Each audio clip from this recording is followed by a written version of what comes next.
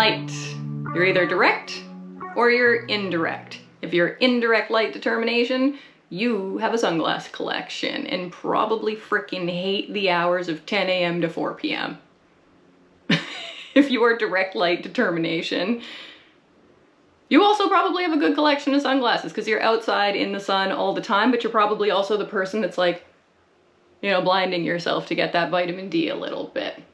One of the things about being the sixth color determination, you're either going to be direct light as an active left brain, or you're going to be indirect light as a right passive brain. In all seriousness though, if you are indirect light determination, you're gonna need a hell of a lot more help than sunglasses.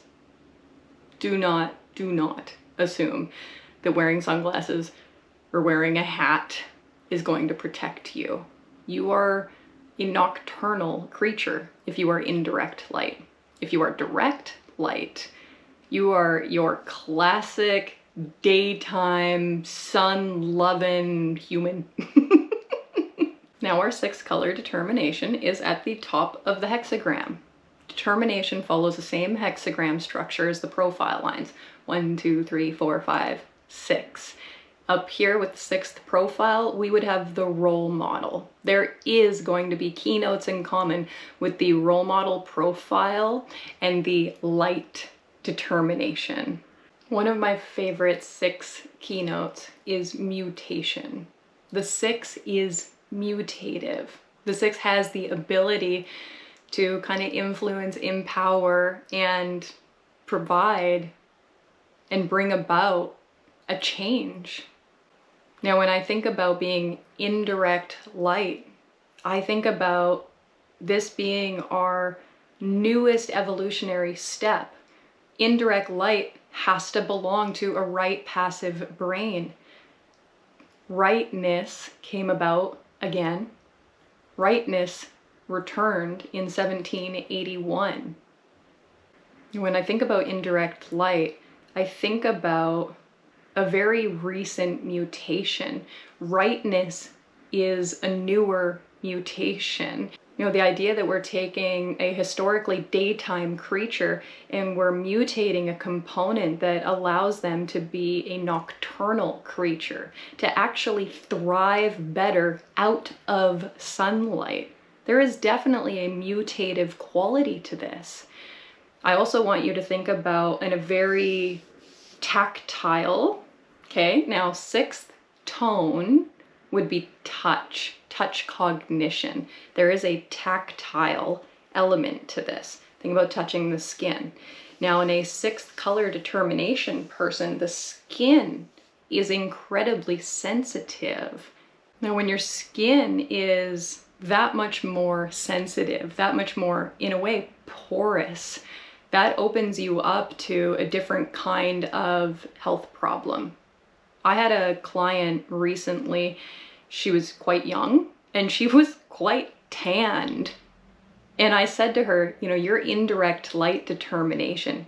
You don't look like someone who would burn really easily, but based on your determination, there is an increased likelihood that you would get skin cancer. You're at a higher risk for skin cancer. And she said, oh, I've already had skin cancer. It completely shocked me. Like, it absolutely shocked me when she said that, even though I was telling her that that would likely be the case. But sometimes I'm so goosebumpy right now. Sometimes when design is validated like that, like it's still, I'm shocked at how accurate it can be. Now, the colors 4, 5, and 6 are circumstance, not ingredient. Determinations 1, 2, and 3 are about the ingredient. Determinations 4, 5, and 6 are about the circumstance. We are in the sixth color determination, and the circumstance has so much to do with light. Is the sun up or is the sun down? Now, if you are a direct light person, your circumstance requires that it be sunny, light out, daytime. Whereas if you are indirect light, we want it to be nighttime. We want the sun to be down. Most people who are direct light, they are hungry when they wake up. They have a high need to eat quite a bit earlier in the day. This would be an active brain. It's snacking frequently. And at bedtime, the appetite shuts off. They don't eat after sundown. They're not going to digest very well. And they start again the next day. Whereas if we have our indirect light person, we want this person saving the majority of their calories for when the sun has gone down. Ideally, an indirect person is a night shift person. They're nocturnal. They're staying up most of the night. Indirect light people seem to love the hours between 10 p.m. and 2 a.m. a lot. Like, they seem to really, really like those hours. These are people who, if they have to be up during the daytime, they tend to sustain themselves on liquids, coffee, tea, water, smoothies, juices. The heavier eating tends to come quite late into the evening. These are people who really, they defy certain accepted, standardized health recommendations. And this is where it gets really interesting to me. Differentiation is really interesting to me.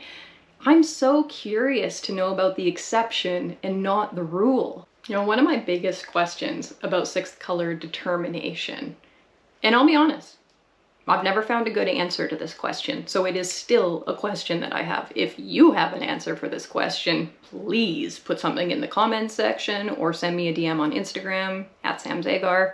I have questions about circadian rhythm. There are multiple health systems that use circadian rhythm when working with different organ systems, like TCM, traditional Chinese medicine. You know, maybe you Google at some point, why do I keep waking up at 3 o'clock in the morning? And they're like, this is when the liver is the most activated. And okay, so this type of information makes me have a lot of questions when I'm looking at the circadian rhythm. And the circadian rhythm is defined by a 24-hour clock. It's not defined by light. However, the things that affect circadian rhythm, light is one of the largest things that has an effect on the rhythm. What I'm still trying to figure out is, does this rhythm change for people who are indirect? Because there is an assumption that people are going to bed when the sun goes down and they're waking up with sunrise.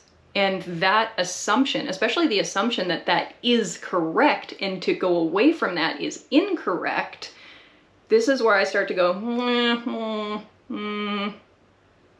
where's the gap? And this is very much my third line mind going, where does this not work? Where does the pattern break? Where does this drop? You know, so many health systems that we work, not we, that was a presumptuous statement. Many health systems that people access, use, rely on, depend on, they have us being understood historically. You know, it's like you understand how my ancestors functioned. But my question is, post 1781, when we become nine-centered, when we bring in rightness, what are the other things that shifted where some of this stuff wouldn't work anymore? If, you know, if someone says, you know, you have an angry liver because you're, you know, experiencing this thing, you're awake at 3 a.m., but your indirect light determination and it feels really good for you to be awake, then is the assumption that you're going to have liver problems. And like, it just, moving from the 5 to the 6 is really sticky. And I'm not talking specifically about determination, I'm talking about thematically. Moving from the theme of universalizing to the theme of being differentiated. It's an awkward process, and kind of we're globally kind of in it right now. Do you want the universalized healthcare in a way that says, like, you're a human, humans follow the sun, and if you're awake in the middle of the night, you're a bad human and you got a problem. You know, like, I don't agree with that. Why are you different? What different quality about you has you awake at 3 a.m.? That's what I want to know. I don't want to get rid of this. I want to understand this.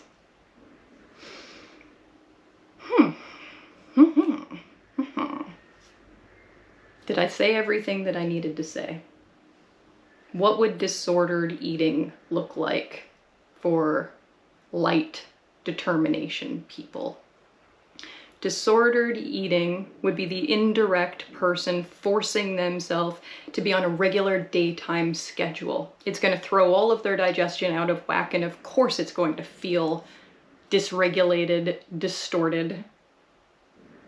If you are a direct light person and you're staying up too late, that's going to be a problem for you. If you're a direct light person and you're eating in a building that has no access to windows and natural light, and you're only getting artificial light, that's not going to feel good for you. You are not going to digest well, and you're going to come up with other things to try and solve this. You might be like, maybe I need to be bringing chicken Caesar salads to work because that's a nice light meal. It's like, it's not about the food, it's about the circumstance. That's what it is. If you have light determination and you're experiencing disordered eating, you are likely focusing too much on the food itself to try and alter your digestion rather than the circumstance. And the circumstance is going to be, are you in the light or are you out of the light?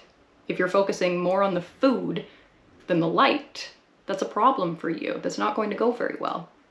If you are an active brain, which means direct light, and you're skipping meals or fasting, that's not going to go very well for you. If you're indirect light and you're eating too much, you're eating too early, that's also not going to go well for you. You need to eat less, you need to take more breaks.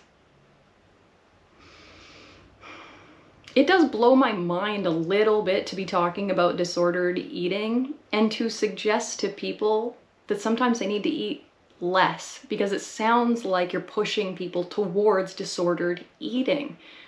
But you can eat too little or you can eat too much, and it can be a problem. You know, the point of this is to find balance in yourself, to feel regulated, to use very specific definition or mechanics to know how you do this very differently, how you do it in your own unique way. Just because you eat different from other people doesn't mean you eat wrong. You know, if your diet type looks nothing like the diet of those around you, that's not a sign of disordered eating. It's a sign of differentiation. If you're experiencing disordered eating, it's just because the not self is trying to take over. It's trying to control in some way.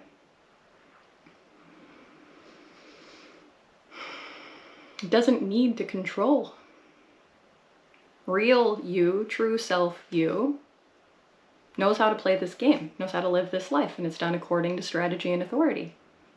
If you were involved in your determination because strategy and authority got you there, then you're doing great.